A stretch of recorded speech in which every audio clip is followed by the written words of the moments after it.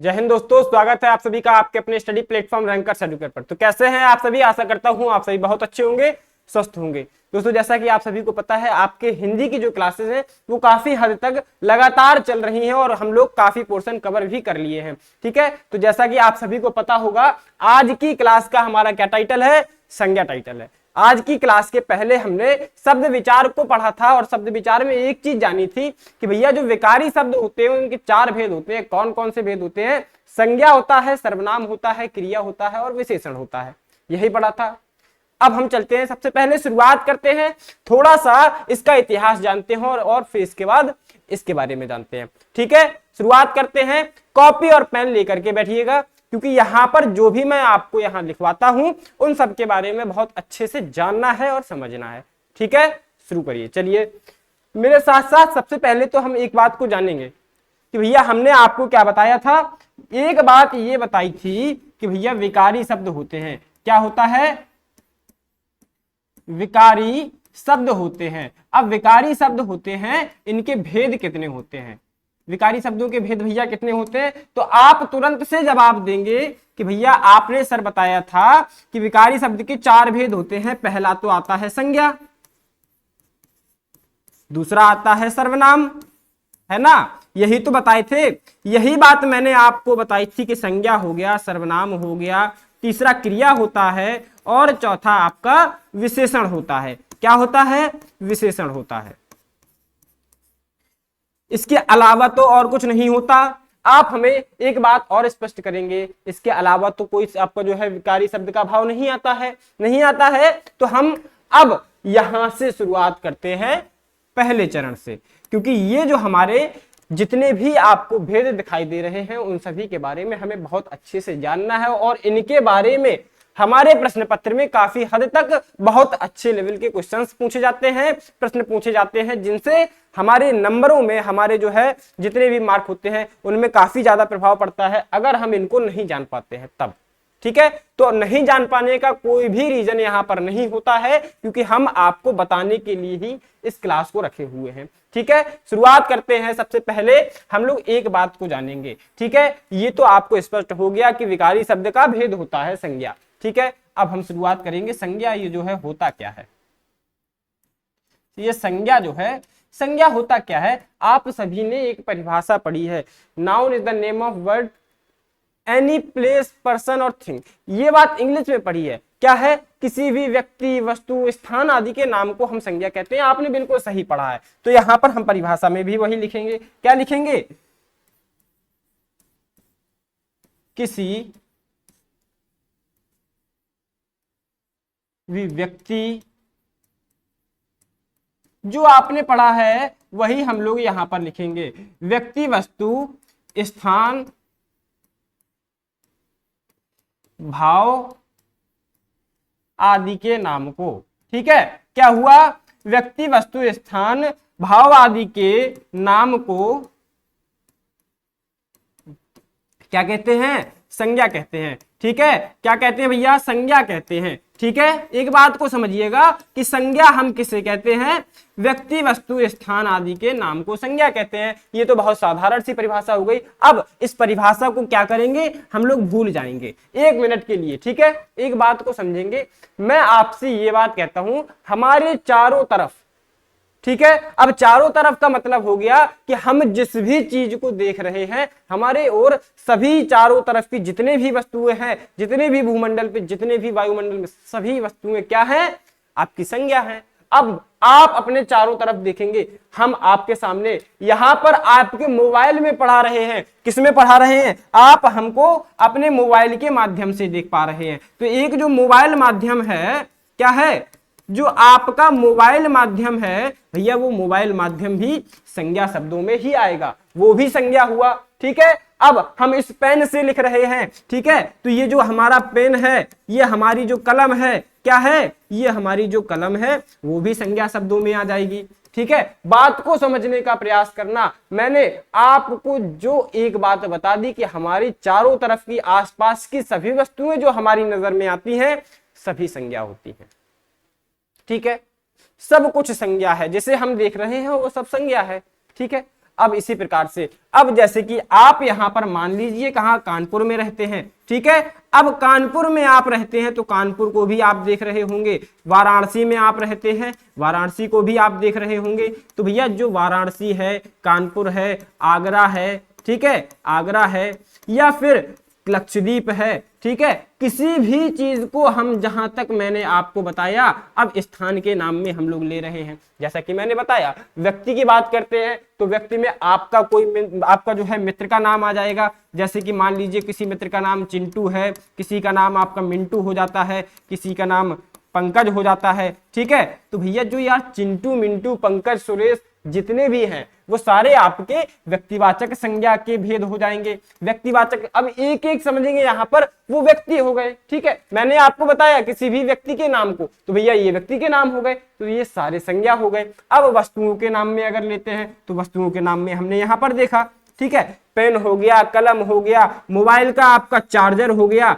ठीक है, या मोबाइल का चार्जर हो गया, आप जिस पर बैठकर पढ़ रहे हैं कुर्सी हो गया, ठीक है, आपका जो आप जिससे देख रहे हैं क्या, लाइट हो गया, आपका लाइट का बल्ब हो गया, क्या हो गया भैया, जो लाइट का बल्ब हो गया वो भी तो संज्ञा है, क्योंकि उससे हम देख पा रहे हैं।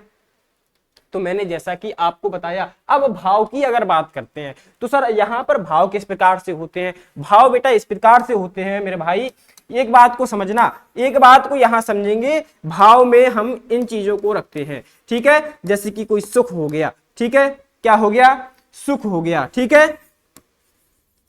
दुख हो गया, क्या हो गया, सुख हो गया, दुख हो गया, या प्रेम हो गया, ठीक है। और जो हो गई एक घृणा हो गई, क्या हो गई, घृणा हो गई, या जिसको कहते हैं नफरत, ठीक है, जो नफरत, ये हमारे मन के भाव हैं, ठीक है, इन्हें हम महसूस करते हैं, ठीक है, इन्हें हम महसूस करते हैं।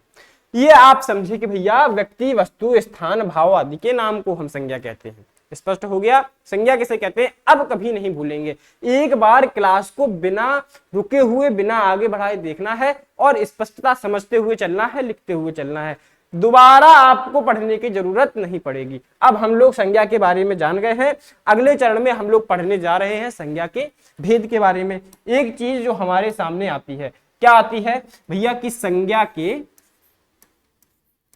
संज्ञा के भेद। अब इसको लेकर के इतने भ्रम होते हैं, ठीक है, क्या होते हैं, एक चीज यहां पर समझेंगे, संज्ञा के भेद। संज्ञा के भेदों के अनुसार बहुत ज्यादा इस प्रकार से हमारे यहाँ पर मत फैलाए गए हैं, मत होते हैं, फैलाए नहीं गए हैं, मत होते हैं। एक प्रकार से हमने अभी तक पढ़ा है, जैसे कि हम 5वीं कक्षा तक या हम 10वीं कक्षा तक पढ़ते हुए क्या आते हैं, संज्ञा के 5 भेद होते हैं, ठीक है। हम 12वीं कक्षा तक भी यही पढ़ के आते हैं कि संज्ञा के 5 भेद होते हैं, ठीक है। अब एक प्रकार से समझेंगे, संज्ञा के 5 भेद होते हैं, ठीक है। कितने भेद होते हैं, 5 भेद होते हैं। अब थोड़े से स्तर में हम कभी कभी एक, अगर किसी व्याकरण की किताब को उठा करके हम देखते हैं, किसी बड़े स्तर की जो किताब होती है उसमें देखते हैं, या फिर किसी किसी किताब में हम देखते हैं कि संज्ञा के जो प्रकार हैं वो 3 लिखे हुए हैं।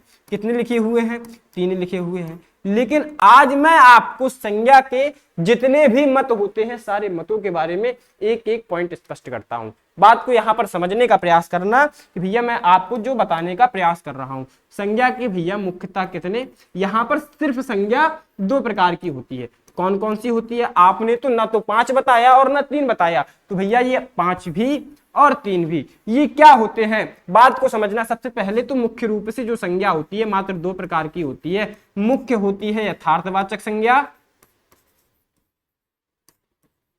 यथार्थवाचक संज्ञा होता है, और दूसरा होता है भाववाचक संज्ञा।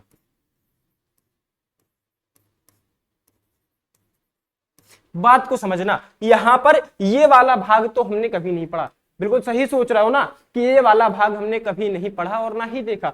लेकिन जो संज्ञा के मूल होते हैं, मूल रूप से जो संज्ञा बताई गई है वो मात्र 2 प्रकार की। अब इस यथार्थ का मतलब क्या होता है, इस यथार्थ का मतलब होता है जो दृश्यनीय है। क्या है, जो दृश्यनीय है। बात को समझना, यहां पर क्या है भैया, जो दृश्यनीय है, जो वास्तविक है, क्या है, वास्तविक है। बात को यहां समझना, मतलब होता है जिन चीजों को हम वास्तव में देख सकते हैं, सारा यथार्थ होता है। यथार्थ का मतलब वास्तविक होता है। ठीक है, एक चीज को समझेंगे, हम कुछ देर के लिए इस शब्द को भी भूल जाएंगे, बस एक शब्द को याद रखेंगे जो वास्तविक है। ठीक है, क्या है? जो वास्तविक है वो आपका यथार्थवाचक संज्ञा हो गया। अब जो दृश्यनीय नहीं है, क्या है? एक बात को समझना, भाव क्या होता है? भाववाचक संज्ञा जो होता है वो तो अदृश्य होता है। बात को यहां पर समझेंगे, भाववाचक संज्ञा तो अदृश्य होता है। आप हमें ये बताइए, अगर हम आपसे कह दें उसकी खुशी को देख करके उसकी खुशी का यहां पर एक चित्र बनाइए, ठीक है, मैंने आपसे कहा, या उसके गुस्से को देख करके उसके गुस्से का चित्र यहां पर बनाइए, सर आप बना पाएंगे? किसी भी प्रकार से संभव नहीं है, क्योंकि वो सिर्फ किसकी चीज है? सिर्फ महसूस करने वाली चीज है। भाव को हम सिर्फ अपने मन से, अपने विचारों से महसूस करते हैं, हम उसको देख नहीं सकते हैं, वो अदृश्य चीजें होती हैं। ठीक है, तो भैया दो प्रकार से भेद हुए, यथार्थवाचक संज्ञा और भाववाचक संज्ञा। अब हम जो पढ़ते हैं उनके बारे में जानेंगे, आखिर ये होते कैसे हैं। ठीक है, एक चीज को समझेंगे, यथार्थवाचक संज्ञा। अब यहां पर जो इनका वर्गीकरण किया गया है वो किस प्रकार से है, मतलब जो वास्तविक है। अब जो हम पढ़ते हैं भैया व्यक्तिवाचक संज्ञा हुआ,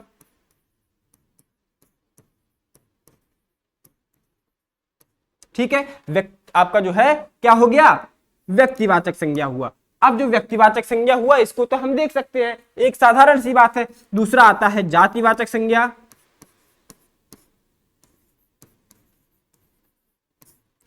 तीसरा आपका आ जाता है द्रव्यवाचक संज्ञा,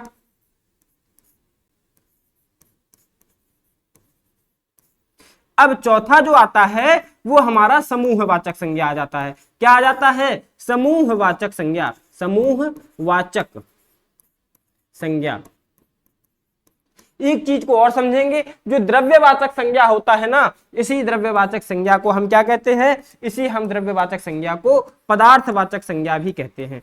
अब पदार्थवाचक संज्ञा और द्रव्यवाचक संज्ञा में एक भेद को अलग अलग मत करिएगा, क्योंकि यहां पर मैंने आपको स्पष्ट रूप से इसीलिए बताया है कि जो द्रव्यवाचक संज्ञा होता है वही पदार्थवाचक संज्ञा होता है।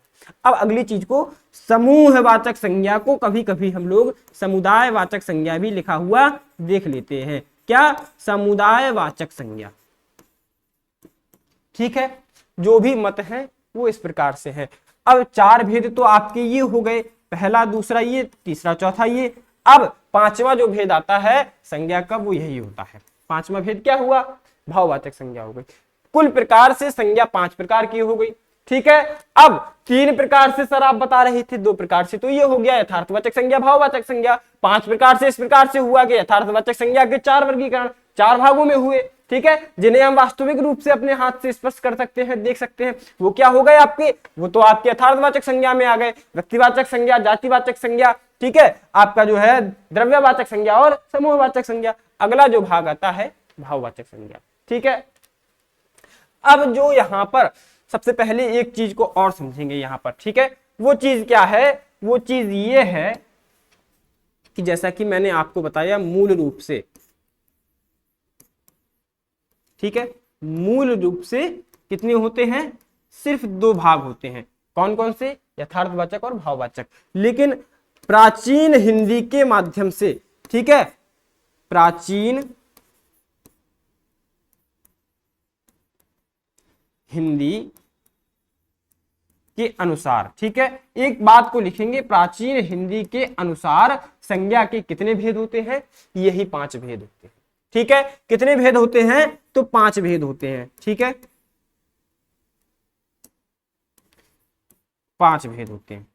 ठीक है, बात को समझे, प्राचीन हिंदी के अनुसार संज्ञा के 5 भेद होते हैं। अब जो यहां पर एक बात सामने आती है कि भैया आधुनिक हिंदी के अनुसार, किसके अनुसार?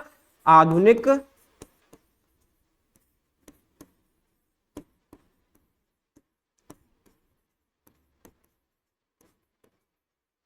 हिंदी के अनुसार जो है संज्ञा के कितने भेद होते हैं? मात्र 3 भेद होते हैं। अब वो 3 भेद कौन से होते हैं, इस चीज को जरा हम लोग समझेंगे। आधुनिक हिंदी के अनुसार किसके समझ रहे थे हम लोग? आधुनिक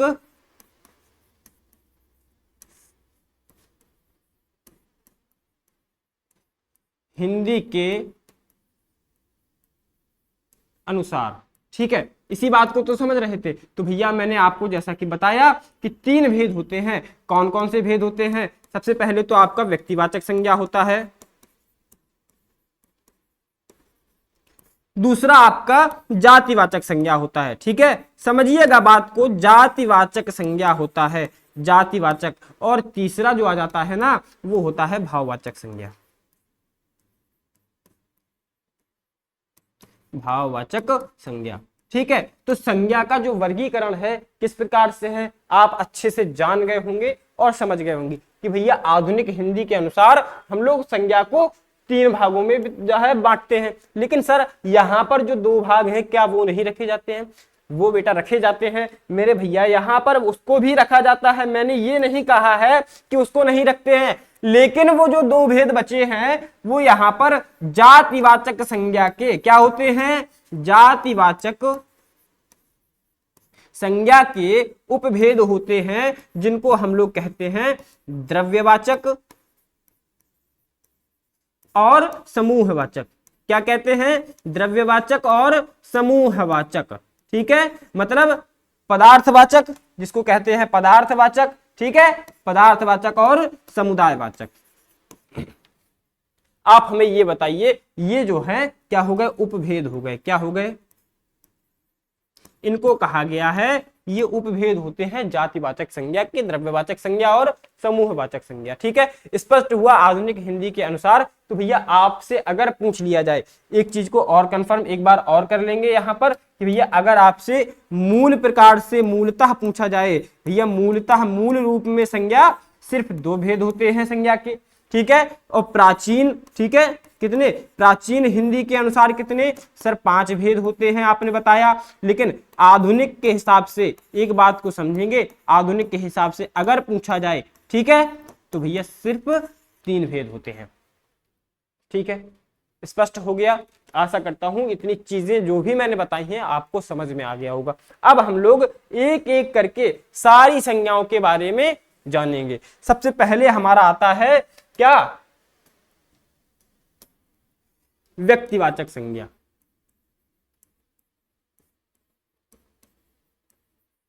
व्यक्तिवाचक संज्ञा, अच्छा ये बताइए, ये व्यक्तिवाचक संज्ञा क्या होता है? व्यक्तिवाचक संज्ञा क्या होता है, एक बार परिभाषा के माध्यम से समझेंगे और फिर उदाहरणों के माध्यम से समझेंगे।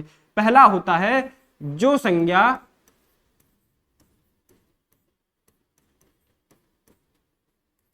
विशेष, क्या होता है? विशेष व्यक्ति, वस्तु, स्थान, ठीक है, क्या होता है? जो संज्ञा किसी विशेष वस्तु, व्यक्ति या स्थान के नाम का बोध कराती है। ठीक है, जो संज्ञा विशेष व्यक्ति या वस्तु या फिर स्थान के नाम का बोध कराती है, क्या होती है? व्यक्तिवाचक संज्ञा होती है। ठीक है, अब विशेष व्यक्ति क्या हुआ, विशेष वस्तु और विशेष स्थान क्या हुआ? अब मैं अगर आपसे बात करता हूं, आपके मित्र का नाम राकेश है, ठीक है, अगर आप राकेश कह करके उसके सामने अगर उसको क्या करते हैं, बुलाते हैं, तो भैया आपके बगल में विनोद खड़ा हो, आपके इस साइड सुरेश खड़ा हो, तो दोनों में से कोई आपकी आवाज को सुनेगा या आपकी ओर देखेगा, आपकी बात को महत्व देगा? बिल्कुल नहीं देगा। क्यों नहीं देगा? क्योंकि जो आपका राकेश खड़ा है ना भैया, जो सामने राकेश खड़ा है, उसका उस नाम से पहचान है। ठीक है, जिसकी बात एक समझना भैया, यहां पर समझना, जिसकी जिस नाम से, ठीक है, जो शब्द, जो भी वस्तु है, जो भी व्यक्ति है, जो भी स्थान है, वो व्यक्तिगत रूप से जिस नाम से पहचाना जाता है या जिसकी पहचान होती है जिस शब्द से, वही शब्द आपका क्या हो जाएगा? वो सारे जिनकी पहचान करते हैं, जिनको हम पहचान सकते हैं, जिनको नाम दिया गया है, वो सारे व्यक्तिवाचक संज्ञा में आए। अब आपके यहाँ पर अगर हम बात करते हैं व्यक्ति के हिसाब से, तो आपका वो राकेश, आपके इस साइड सुरेश खड़ा था। ठीक है, कौन खड़ा था? सुरेश खड़ा था। और आपके एक तरफ विनोद भी खड़ा था। तो भैया जो विनोद है, जो सुरेश है और जो आपके राकेश है, वो तीनों क्या हो जाएंगे, विशेष व्यक्ति हो गए और व्यक्तिवाचक संज्ञा के उदाहरण हो गए। ठीक है, अब हम बात करते हैं वस्तु के अनुसार। तो भैया व्यक्तिवाचक संज्ञा में क्या आएगा, एक चीज को समझेंगे, व्यक्तिवाचक संज्ञा में आपका सभी आ जाएगा। अब क्या आ जाएगा, एक नाम देते हैं चाकू, ठीक है, एक नाम देते हैं चाकू, मैंने नाम दिया पेन, ठीक है, पेन दिया, पुस्तक दिया, ठीक है, जिस पर आप लिख रहे हैं, ठीक है। तो भैया ये क्या है, ये वस्तुएं हैं। चाकू कहेंगे तो आप पेन उठा करके लाएंगे क्या, मैंने आपसे अगर कह दिया कि चाकू उठा करके लाओ या पेन उठा करके लाओ, अगर पेन मंगाएंगे तो आप पेन ही लेकर के आएंगे, कलम ही लेकर के आएंगे, ना कि कॉपी लेकर के और ना ही चाकू लेकर के, क्योंकि उसकी पहचान उस नाम से होती है, उस शब्द से होती है, उसके अलावा उसको दूसरे नाम से नहीं बुला सकते हैं। भैया यहाँ पर एक चीज को समझेंगे, ठीक है, तो यहाँ पर एक बात को समझेंगे जरा कि ये चाकू, पुस्तक, पेन, एक उदाहरण को और समझेंगे। जैसे कि पहले तो एक बात को समझेंगे, ये चाकू, पेन, ये तो वस्तुएं हो गई, लेकिन क्या इन्हें व्यक्तिवाचक संज्ञा के उदाहरण में रख सकते हैं। अब एक बात मैं बताऊंगा कि भैया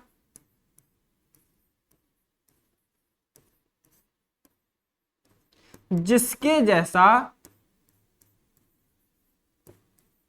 कोई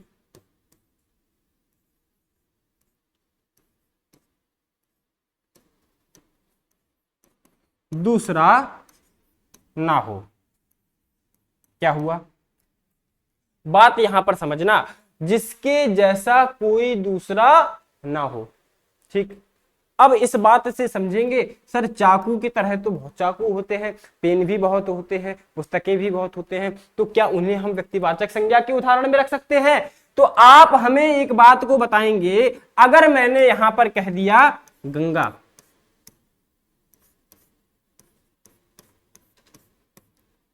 यमुना, क्या कह दिया, एक बात को समझिए, गंगा कह दिया, यमुना कह दिया, ठीक है, और मैंने हिमालय कह दिया। यहां पर इस बात को समझिए कि मैंने अगर आपसे मैंने हिमालय कहा, गंगा कहा, यमुना कहा, तो आप ये बताइए कोई गंगा जैसी दूसरी नदी भी है, कोई यमुना की दूसरी नदी भी है। भैया यमुना एक ही है, यमुना की तरह दूसरी कोई नदी नहीं है, हिमालय की तरह कोई दूसरा पर्वत नहीं है। तो एक बात को हमेशा याद रखेंगे कि जिसके जैसा कोई और ना हो, ठीक है, जिसके जैसा कोई और ना हो और जिसका बहुवचन ना हो सके। बहुवचन, एक बात को समझेंगे, बहुवचन ना हो। स्पष्ट हुआ, स्पष्ट हुआ। भैया यहां पर जिसके क्या ना हो, जिसके यहां पर बहुवचन ना हो। आप हमें ये बताइए, क्या आप गंगा को गंगाओं कभी कहते हैं, गंगाओं कह सकते हैं क्या, आप बताइए, गंगा को गंगाओं कह सकते हैं, नहीं कह सकते हैं। यमुना को यमुना ही कहेंगे, यमुनाओं नहीं कह सकते हैं, यमुनाओं नहीं कह सकते हैं। तो भैया इनके बहुवचन जब हम नहीं कह सकते हैं तो भैया आपका क्या हुआ, ये चीज जो है क्या हो जाएंगे, ये सारी जितने भी हम यहाँ पर विशेष व्यक्तियों के, विशेष वस्तुओं के, विशेष स्थानों के नाम ले रहे हैं। अब एक बात को समझना, ताजमहल मैंने कहा ताजमहल, ठीक है, तो आप हमें ये बताइए ताजमहल का आप बहुवचन कर सकते हैं क्या, ताजमहल को ताजमहलों कहेंगे, क्या कहेंगे, ताजमहलों आप कभी कहेंगे, तो आप बताएंगे सर कतई नहीं कहेंगे, हम ताजमहलों किसी भी तरह कह ही नहीं सकते, क्योंकि ताजमहल एक ही है, एक के अलावा ताजमहल जैसा कुछ नहीं है। ठीक है, तो भैया जिसके जैसा कुछ ना हो वो होता है व्यक्तिवाचक संज्ञा, जो एक ही हो, ठीक है, सर्वस्व में एक ही हो और जिसका बहुवचन ना हो। ठीक है, लेकिन ये आती किसमें है, ये दृश्यहीन नहीं है, ये अदृश्य नहीं है, ये दृश्यवाचक, मतलब दृश्य मतलब यहां पर क्या हुआ, जो यथार्थ है, जो वास्तविक रूप में है। ठीक है, बात आपके स्पष्ट हो गई होगी कि मैं यहां पर क्या बताने का प्रयास कर रहा था। तो व्यक्तिवाचक संज्ञा क्या होती है, स्पष्ट हुआ। ठीक है, अब अगर हम बात करें व्यक्तिवाचक संज्ञा के बाद जातिवाचक संज्ञा के बारे में, ठीक है, किसके बारे में बात करेंगे,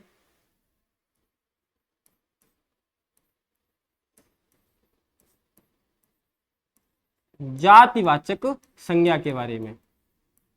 आप हमें ये बताइए कि जातिवाचक संज्ञा की परिभाषा क्या होती है। ठीक है, अब मैं आपसे सिर्फ एक परिभाषा बताऊंगा और उसके बाद यहां पर हम उदाहरण से समझेंगे कि जो संज्ञा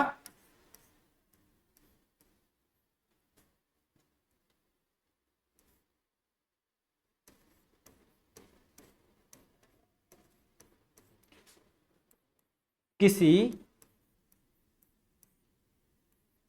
जाति या उपजाति का बोध कराती है। ठीक है, एक बात को यहां पर समझेंगे कि जो संज्ञा किसी जाति या उपजाति का बोध कराती है क्या हो जाएगी, जातिवाचक संज्ञा हो जाएगी। किस प्रकार से हो जाएगी, बात यहां पर समझ में आई होगी कि मैं अगर यहां पर आपसे कहता हूं, मैंने आपसे कहा था गंगा, मैंने आपसे कहा था तो गंगा, गंगा कोई जाति है क्या। मैंने आपसे यह भी बताया था कि भैया जिसके बहुवचन ना हो और जिसके जैसा कोई दूसरा ना हो तो गंगा को हम जातिवाचक संज्ञा में कतई रख नहीं सकते हैं। अब यहीं पर मैं अगर आपसे एक बात कहता हूं नदी, एक मैंने बात की नदी, तो भैया आप एक बात को समझेंगे कि नदियां तो बहुत हैं, नदियां तो बहुत आ जाती हैं। अगर हम यमुना को भी ले लें, यमुना को ले लें, आप नर्मदा को बात करते हैं, नर्मदा की बात करें, ठीक है, या ताप्ती की बात करें, ठीक है, या हम गोदावरी की बात करते हैं, किसकी बात करें, गोदावरी, तो आप यहाँ पर देखेंगे कि नदी के अंदर इतने सारे वर्ग की यहाँ पर नदियां आ गई। यहाँ पर जो नदी हुआ ये क्या हो गई, एक जाति का नाम हो गया। ठीक है, एक जाति का नाम हो गया, चाहे यमुना हो, चाहे गंगा हो, गोदावरी हो, कृष्णा हो, महानदी हो, ब्रह्मपुत्र हो, सतलज हो। आप हमें एक बात बताइए, अगर हम यहाँ पर नदी कहेंगे तो क्या वो नदी की श्रेणी में नहीं आएंगी, नदी वर्ग में नहीं आएंगी, तो सारी नदी वर्ग में आएंगी। हम अगर आपसे कह दे यहाँ पर लड़का, ठीक है, क्या कह दे, लड़का, मैंने आपसे अगर लड़का कह दिया तो भैया आपका दोस्त जो चिंटू है, ठीक है, आपका दोस्त जो मिंटू है, ठीक है, या आपका दोस्त जो सुरेश है, ठीक है, जो आपका दोस्त यहाँ पर विनोद है, ठीक है, भैया वो सभी आपके क्या लड़का में नहीं आएंगे। आप हमें बताइए वो लड़का में नहीं आएंगे क्या, आएंगे। अब यहीं पर एक चीज को समझेंगे, ये तो जाति के हिसाब से मैंने बता दिया, किसके, जाति के हिसाब से बता दिया, ये तो सर जाति के हिसाब से हो गया। अब उपजाति के हिसाब से किस, अब जो है वर्गीकरण कैसे होता है, यहां पर उपजाति के हिसाब से एक चीज को समझेंगे कि भैया उपजाति के हिसाब से मैंने आपसे कहा आम, ठीक है, या फिर दूसरे शब्द को लेते हैं, मैंने आपसे कहा कुत्ता,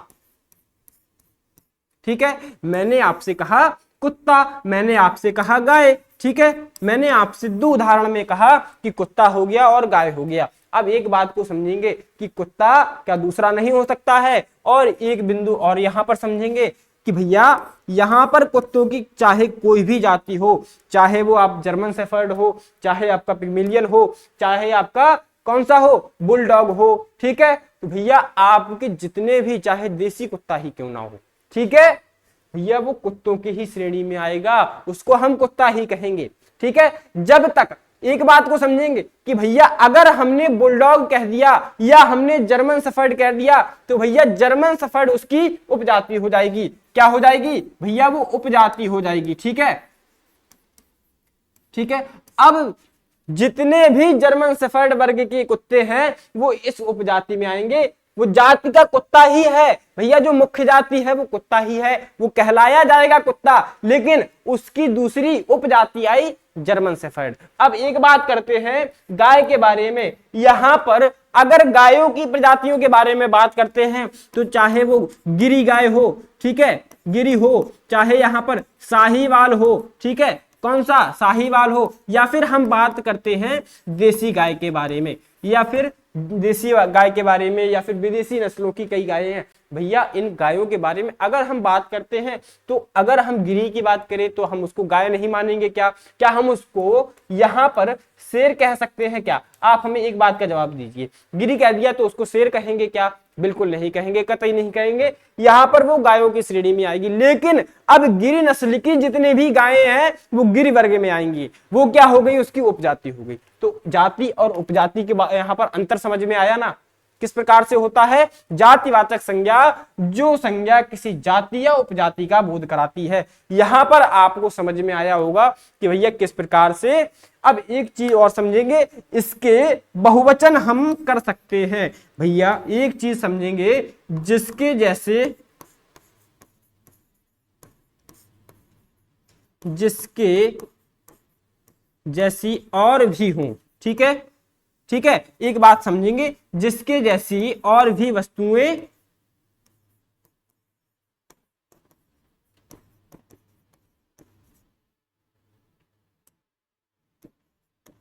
हों। एक बात को समझे, जिसके जैसा और भी हो, मतलब यहां पर जैसा व्यक्तिवाचक संज्ञा में मैंने बताया भैया ये एक ही होगा, संपूर्ण जगत में एक ही होगा, उसके अलावा दूसरा हो ही नहीं सकता। अगर हुआ तो भैया वो जातिवाचक संज्ञा में आ जाएगा। किस में आ जाएगा? जातिवाचक संज्ञा में। इसके बहुवचन हो सकते हैं, बहुवचन क्या हो सकते हैं? बहुवचन हो सकते हैं, बहुवचन होंगे। अब बात को एक प्रकार से स्पष्ट किया कि भैया बहुवचन तो हो सकते हैं, नदियों कह सकते हैं। अब नदियों में तो कोई भी आ जाएगा, नदियों में बहुत सारी नदियां हैं, कह सकते हैं। कुत्ता को हम कुत्तों कह सकते हैं, ठीक है। यहां पर देख रहे थे हम लोग, नदी को नदियों, लड़का को लड़कों कह सकते हैं, तो भैया यहां पर इनका हम बहुवचन कर सकते हैं, ठीक है। तो यहां पर आप समझ गए होंगे कि किस प्रकार से हम लोग वर्गीकरण करते हैं, क्या होता है जातिवाचक संज्ञा, ठीक है। एक शब्द और समझेंगे, क्या समझेंगे हम लोग कि भैया प्राकृतिक जितनी भी आपदाएं होती हैं, ठीक है, ये मैं आपको स्टार पॉइंट करके लिख दे रहा हूं, इसको नोट कर लेंगे। प्राकृतिक आपदाएं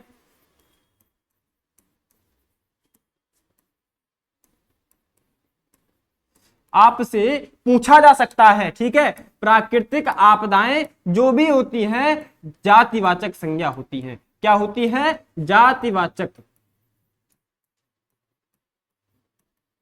संज्ञा होती है। एक बात बताइए, मैंने आपसे कहा भूकंप कौन सी संज्ञा है, भूकंप शब्द कौन सी संज्ञा है? आप हमें बताइए, भूकंप को आप व्यक्तिवाचक संज्ञा कहेंगे, जातिवाचक संज्ञा कहेंगे, पदार्थवाचक संज्ञा कहेंगे, या समूहवाचक संज्ञा कहेंगे? आप क्या कहेंगे?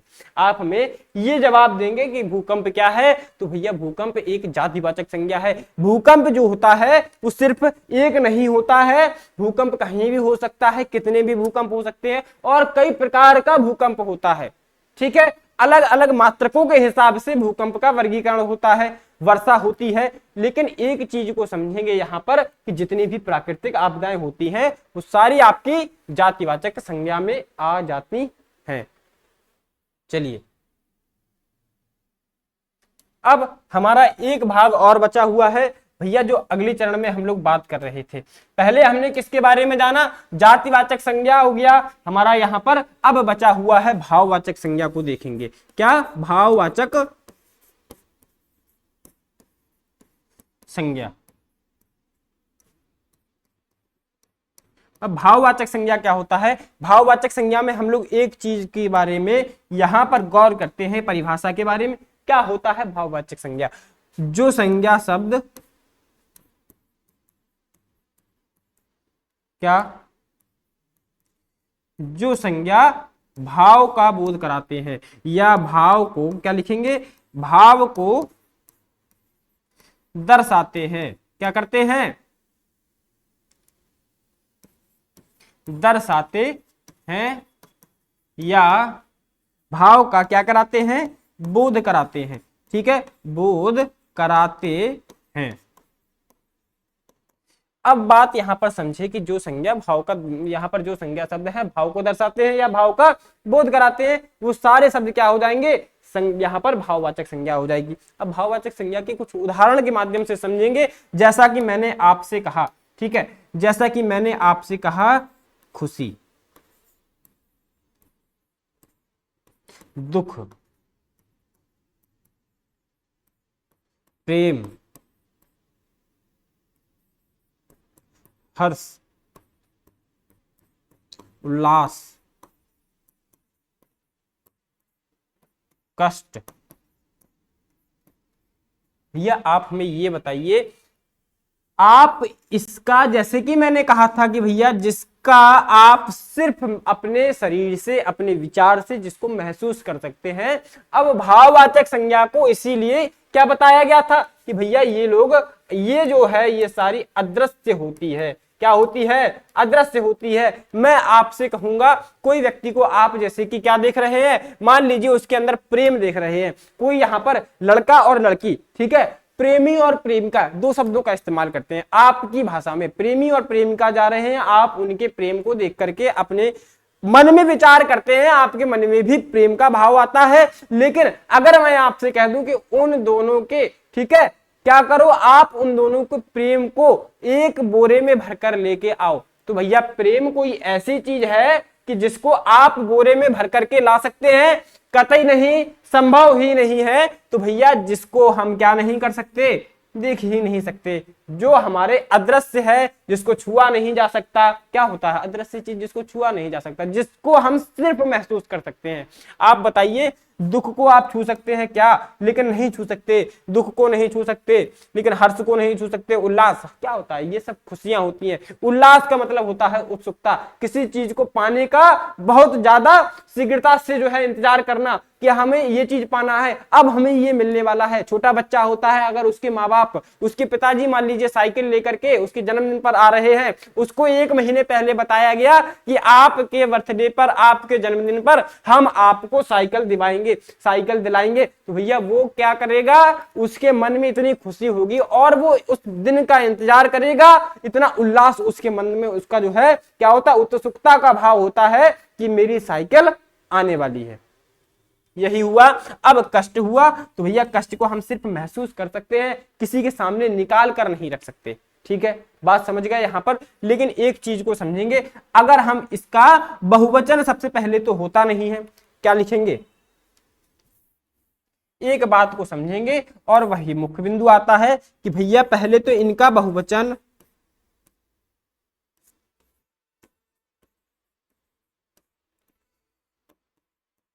होता नहीं है। दूसरी बात हम क्या कहेंगे, अगर वो हो जाए, ठीक है, अगर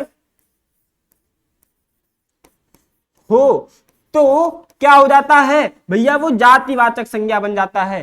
क्या बन जाता है? जातिवाचक संज्ञा बन जाता है, जातिवाचक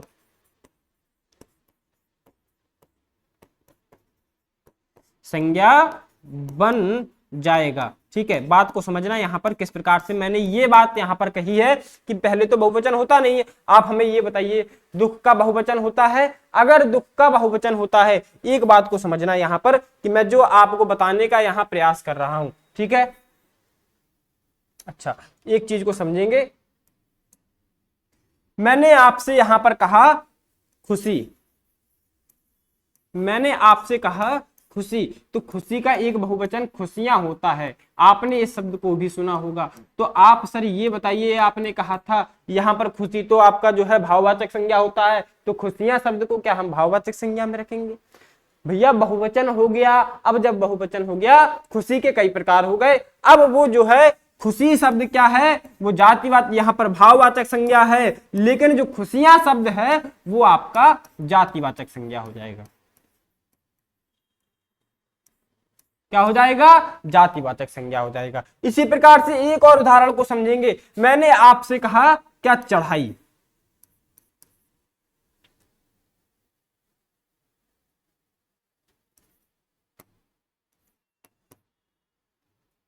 यहां पर समझेंगे जरा कि मैंने आपसे क्या कहा था, चढ़ाई।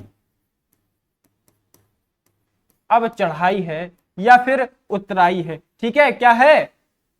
उतराई।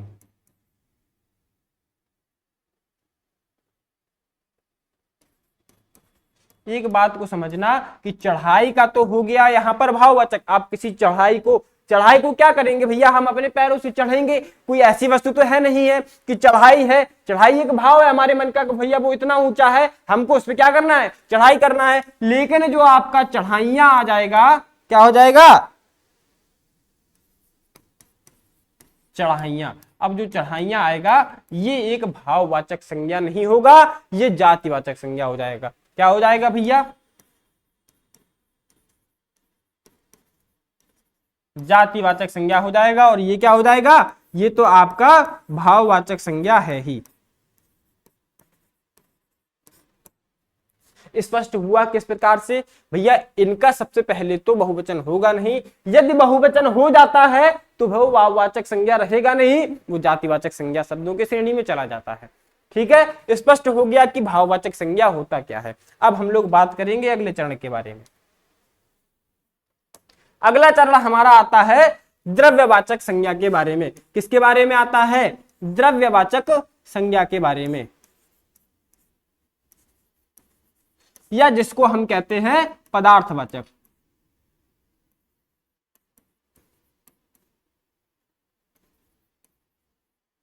पदार्थवाचक संज्ञा। ठीक है, अब आप हमें एक बात को बताइए, सबसे पहले तो एक अंतर हमेशा समझ लेना और उस अंतर को याद रखना कि जो मैं आपको यहां पर बताने जा रहा हूं, एक द्रव्य होता है, दूसरा द्रव होता है।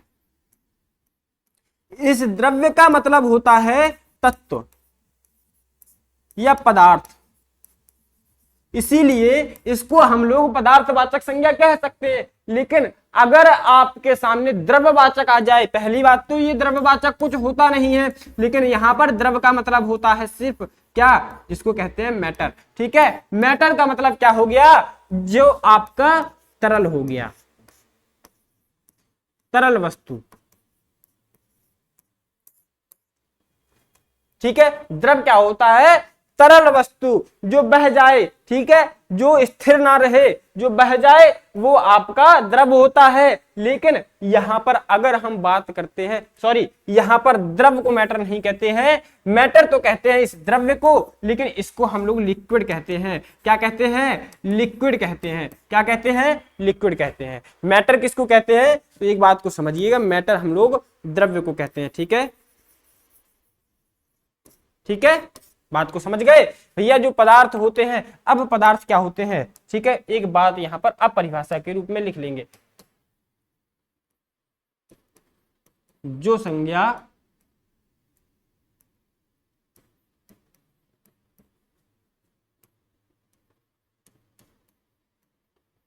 किसी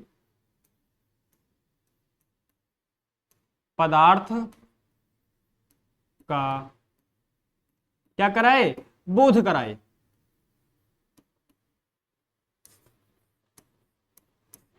कराती है। अब हम लोग एक बात को समझेंगे, जो संज्ञा किसी पदार्थ का बोध कराती है, बहुत साधारण से समझो, समझ लिया है। लेकिन यहां पर एक बात को समझेंगे, द्रव्यवाचक संज्ञा, यहां पर सबसे पहले एक बिंदु लिखेंगे, हर पॉइंट में लिखते हैं, इसको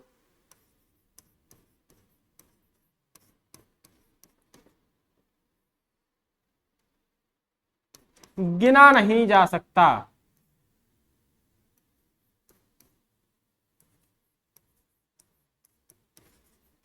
ठीक है, क्या नहीं किया जा सकता, गिना नहीं जा सकता है।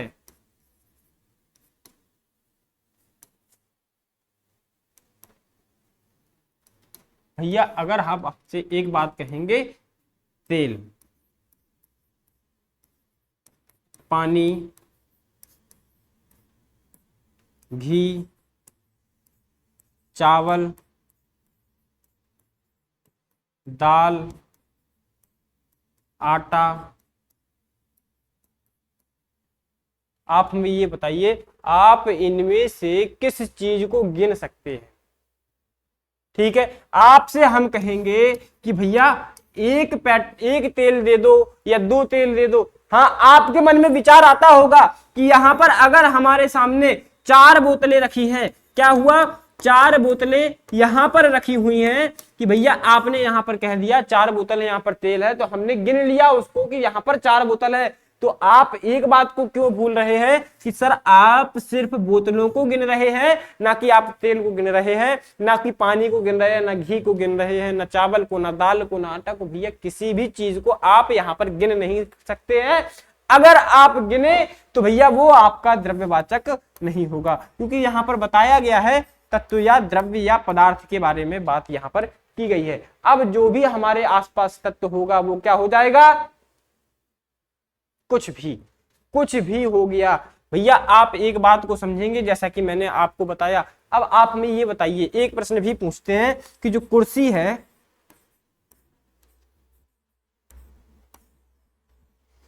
कुर्सी क्या हो जाएगा?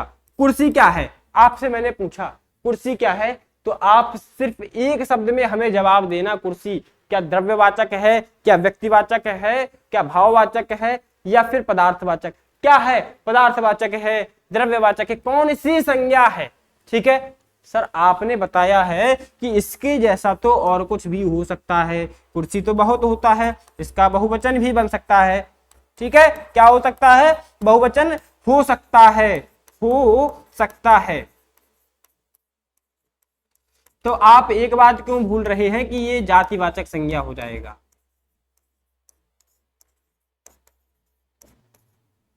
जातिवाचक क्या हो जाएगा? संज्ञा हो जाएगा। ठीक है, तो भैया ये जातिवाचक संज्ञा हो जाएगा। अगर यही मैं इसकी कंपनी का नाम लेकर के कह रही हूं, भैया आपसे मैंने यहां पर क्या कहा? पदार्थवाचक संज्ञा जिसको गिना नहीं जा सकता। तो आप पदार्थ समझ के क्या आप यहां पर कुर्सी को भी रख देंगे, इस पेन को भी रख देंगे? भैया आप यहां पर नहीं रख सकते हैं जिसको गिना जा सकता है। क्या मैंने आपको बताया? जातिवाचक संज्ञा में जिसको गिना जा सकता है, लड़कों को तो आप गिन सकते हैं, है ना, गिन सकते हैं, लेकिन पदार्थ को यहां पर गिन नहीं सकते हैं। इन सभी चीजों को उदाहरण के तौर पर समझेंगे। इन बोतलों का उदाहरण मत लेना, जैसे कि मैंने बताया आप वहां पर बोतलों को गिनेंगे या उनके बॉक्स को गिनेंगे, वहां पर उस वस्तु को नहीं गिन सकते हैं, वो द्रव्यवाचक हुआ। ठीक है, कुर्सी क्या हो जाएगा? आपका जातिवाचक संज्ञा में आ जाएगा। चलिए अब हम लोग बात करेंगे अगले भाग के बारे में, और जो कि हमारा आता है अंतिम भाग, समूहवाचक संज्ञा। क्या हो गया?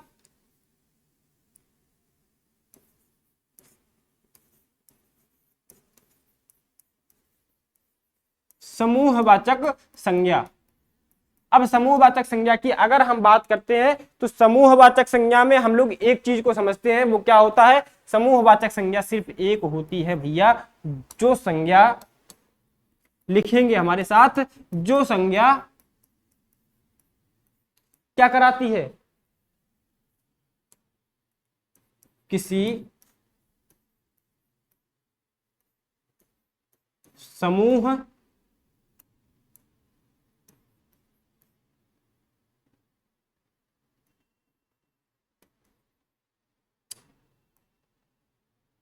एक बात को समझेंगे, समूह का क्या कराती है? समूह को दर्शाती है, या फिर क्या कराती है? बोध कराती है। ठीक है, बात को यहां पर समझेंगे, बोध कराती है। ठीक है कि भैया मैं आपको क्या बताना चाह रहा हूं, बोध कराती है। अब एक बात को समझेंगे, समूहवाचक संज्ञा क्या हो जाएगा? एक बात और समझेंगे, समुदायवाचक संज्ञा शब्द को मत भूलना। समुदायवाचक संज्ञा और समूहवाचक संज्ञा एक ही होता है। अब मैं यहां आपसे अगर कह देता हूं परिवार, उदाहरण के तौर पर समझिएगा कि आपको मैं बताना क्या चाह रहा हूं, कि अगर मैंने आपके सामने एक उदाहरण रखा परिवार, आप मुझे ये बताइए परिवार कौन सी संज्ञा है? भैया परिवार आप कहेंगे मेरे घर के सदस्यों का जो भी झुंड है, जो भी समूह है, वो होता है परिवार। किसी के भी घर का सदस्यों का समूह क्या कहलाता है? भैया यहां पर एक शब्द लिखेंगे, क्या?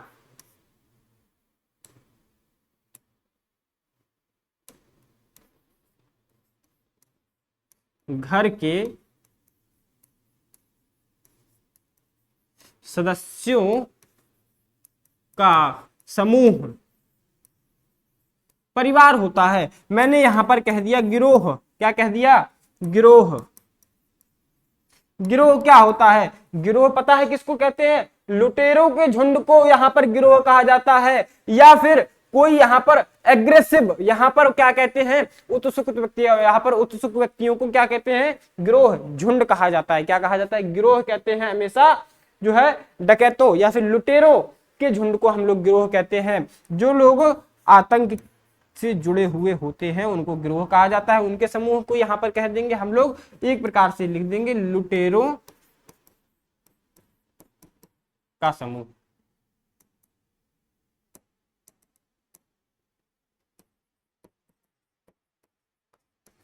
ठीक है, एक चीज और समझेंगे, झुंड हो गया, ठीक है, उदाहरण के लिए लिखेंगे, क्या हो गया, झुंड हो गया,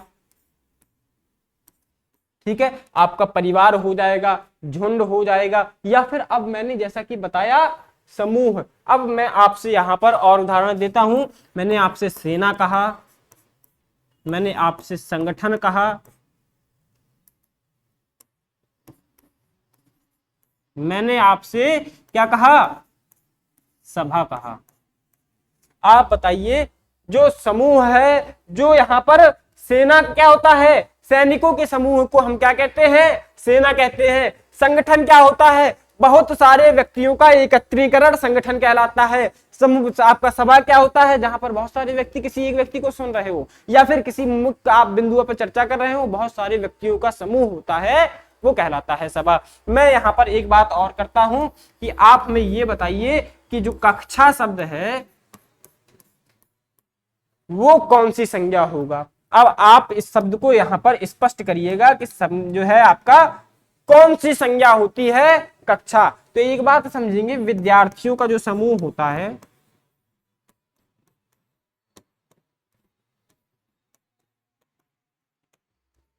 विद्यार्थियों का जो समूह होता है, एक बात हम लोग समझे, समूह होता है।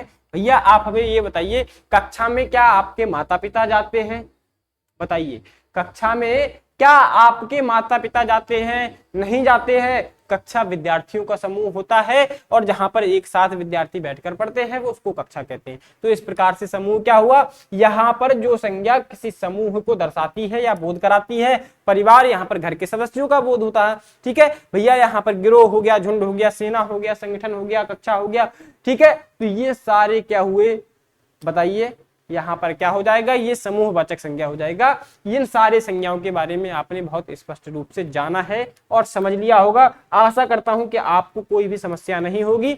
एक चीज को और जान लेंगे और समझ लेंगे, वो आपका सबसे मुख्य आता है भाववाचक संज्ञा शब्दों का निर्माण। क्या होता है,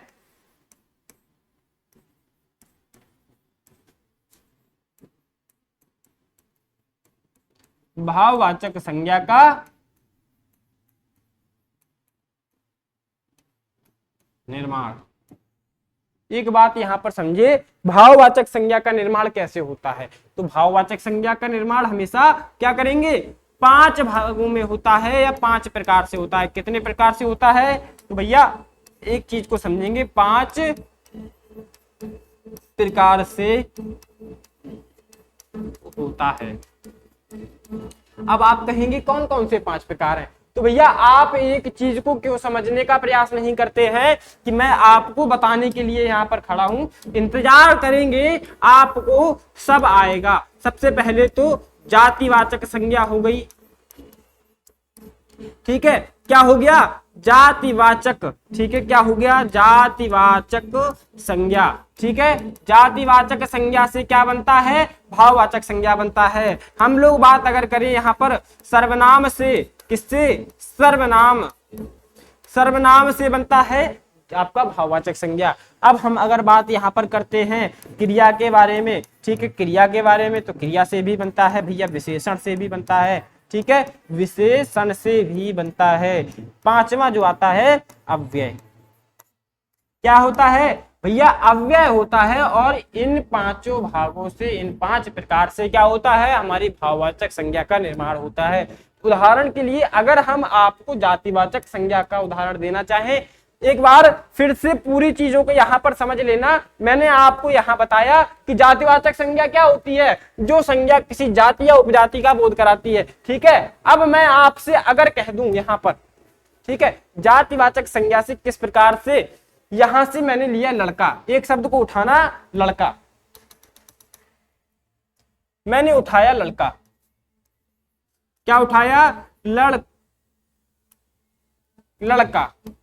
भैया लड़का से एक शब्द बनता है लड़कपन, लड़कपन। भैया लड़का क्या हो गया, आप कहेंगे लड़का तो जातिवाचक संज्ञा है, लेकिन जो लड़कपन है वो तो एक भाव है, क्या है, वो एक भाव के रूप में सामने आता है। तो वो हमारा जो भाव है ना बेटा, जो भाव है वही हो जाएगा भाववाचक संज्ञा। और जातिवाचक संज्ञा से किस प्रकार से बना है आप समझ गए। इसी प्रकार से हमारे 5 भागों में होता है। अव्यय को हम लोग समझ लेंगे। अव्यय क्या होता है, अव्यय किसको कहते हैं, अविकारी शब्दों को कहते हैं बेटा अव्यय। ठीक है, किसको कहते हैं, अविकारी शब्दों को ही अव्यय कहते हैं। एक ही बात है, अविकारी शब्द कहें या फिर अव्यय कहें, एक ही बात है। तो भैया इतने प्रकार से हमारे क्या होते हैं, जातिवाचक संज्ञा से, सर्वनाम से, क्रिया से, विशेषण से, अव्यय से, 5 प्रकार से हमारी भाववाचक संज्ञा का निर्माण होता है। ठीक है, आशा करता हूं इतनी चीज बिल्कुल स्पष्ट हो गई होगी। अब एक बार हम एक चीज को समझ लेंगे, वो कौन सी चीज है, वो सिर्फ एक ये चीज है, यहां पर ही समझ सकते हैं, यहीं पर समझ सकते हैं। ठीक है, व्यक्तिवाचक संज्ञा क्या होती है, व्यक्तिवाचक संज्ञा क्या होती है, जो हमारे दिखने में आती है, मतलब एक कहें यहां पर दृश्य। ठीक है, क्या कहेंगे, दृश्य कहेंगे। यहां पर बात करते हैं हम लोग अगर कि भैया दृश्य होती है लेकिन एक वचन होती है, बहुवचन नहीं हो सकता, एक वचन होती है। ठीक है, एक वचन होती है, लेकिन इसके साथ साथ क्या होती है, बस एक ही हो। ठीक है, एक के लिए लिखेंगे अकेली हो, जो अकेली हो। ठीक है, दृश्य हो, एक वचन हो, अकेली हो, क्या हो जाएगा,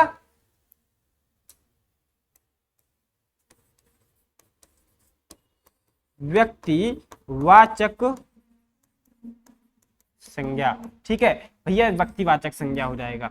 ठीक है, अब यहीं पर अगर हम बात करते हैं जातिवाचक संज्ञा के बारे में, तो जातिवाचक संज्ञा दृश्य तो होती है, हम देख सकते हैं। ठीक है, उसको रखा भी गया है यथार्थवाचक संज्ञा की श्रेणी में। तो भैया ये दृश्य तो होती है लेकिन बहुवचन होती है।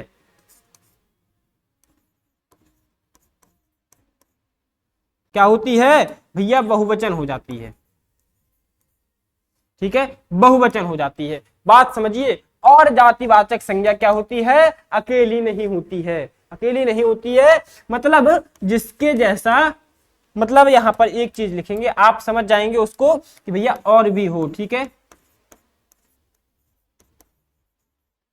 और भी हो, मतलब जिसके जैसा और भी हो, वो आपका जातिवाचक संज्ञा में आ जाएगा। किस में आ जाएगा,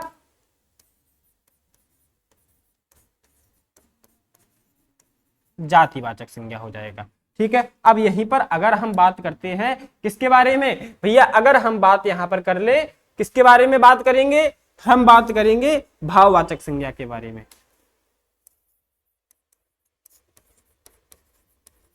भाववाचक संज्ञा, तो भाववाचक संज्ञा के बारे में मैंने आपको बताया कि भैया ये तो अदृश्य होता है, ये तो अदृश्य हो गया, और ये अदृश्य जरूर होता है। आप हमें ये बताइए एक वचन होगा या बहुवचन होगा। आपको मैंने बताया ये एक ही वचन होता है, ये क्या होता है, एक वचन होता है। भैया अगर बहुवचन हो जाएगा तो वो जातिवाचक संज्ञा हो जाएगा, भाववाचक संज्ञा नहीं रहेगा।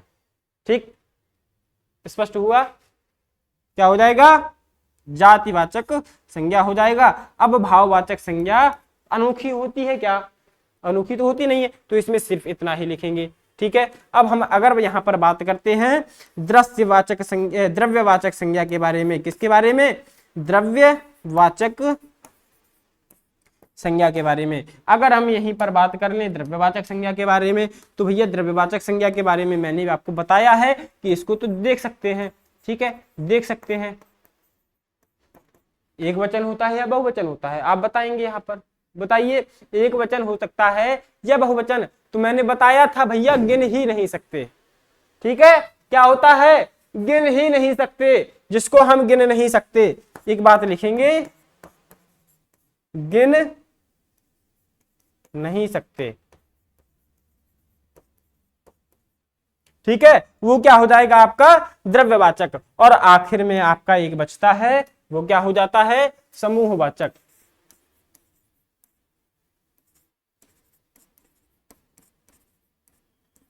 समूहवाचक, अंत में एक समूहवाचक हमारे सामने आता है, लेकिन ये दृश्य तो होता है। ठीक है, एक बात को समझेंगे भैया, ये दृश्य तो होता है लेकिन ये एक वचन होता है या बहुवचन, तो भैया बहुवचन होता है। क्या होता है, बहुवचन होता है। ये आपका क्या हो गया भैया, ये होता है वर्गीकरण। और ये विशेष पहचान जो कि मैंने अंत में आपको बताई है, ये सिर्फ याद करने की एक तरीका है, याद करने की एक ट्रिक है कि भैया दृश्य होता है, एक वचन होता है, अकेली होता है, आपके दिमाग में तुरंत आना चाहिए व्यक्तिवाचक संज्ञा होगा। ठीक है, तो भैया जैसा कि आप सभी ने यहाँ पर समझा, जाना, और मैं आपको यहाँ पर जो भी विद्यार्थी यहाँ पर बैच को नए, इस वीडियो को नया देख रहे हैं, उन सभी के लिए मैं बता देना चाहता हूं कि हमारे रैंकर्स एडुकेयर ने हमारे सबसे पहले तो इस वीडियो का, इस क्लास का समापन यहाँ पर हो जाता है। ठीक है, आज के हम लेक्चर को कंप्लीट कर चुके हैं। संज्ञा क्या होती है, कितने भेद होते हैं, कौन कौन से भेद होते हैं, उन भेदों के बारे में भी हम लोगों ने बहुत अच्छे से जान लिया है, समझ लिया है। आशा करता हूं आपको एक एक बात अच्छे से समझ में आ गई होगी। अब मैं अंत में यहाँ पे एक बात बता देना चाहता हूं उन छात्रों को जो यहाँ पर नया देख रहे हैं इस वीडियो में, एक चैनल पे पहली बार आए हैं। भैया अगर आप सीयूटी यूजी को 2025 में टारगेट कर रहे हैं, ठीक है, सीयूटी यूजी की तैयारी करना चाहते हैं बहुत ही बेहतरीन तरीके से, ठीक है, चाहे वो बीए हो, बीएससी हो, बीकॉम हो, बीए एलएलबी जैसे यूजी कोर्सेज को, तो बहुत बेहतरीन तरीके से तैयारी आपको कराने के लिए, आपको एडमिशन दिलाने के लिए हमारे रैंकर्स एडुकेयर ने एक बैच लॉन्च किया है जो कि ऑफलाइन और ऑनलाइन मोड पर है। तो आप हमारे साथ जुड़ करके अपनी तैयारी कर सकते हैं। आपने इस क्लास को देख करके हमारे टीचर्स का अनुभव समझा होगा किस प्रकार से हमारी टीम आपके लिए मेहनत करती है। ठीक है, तो यदि आपको समझ में आ गया है तो आप अभी जाकर के सबसे पहले तो चैनल को सब्सक्राइब करेंगे, बेल आइकन प्रेस करेंगे, ठीक है, ताकि नोटिफिकेशन क्लास का आपसे ना छूटे।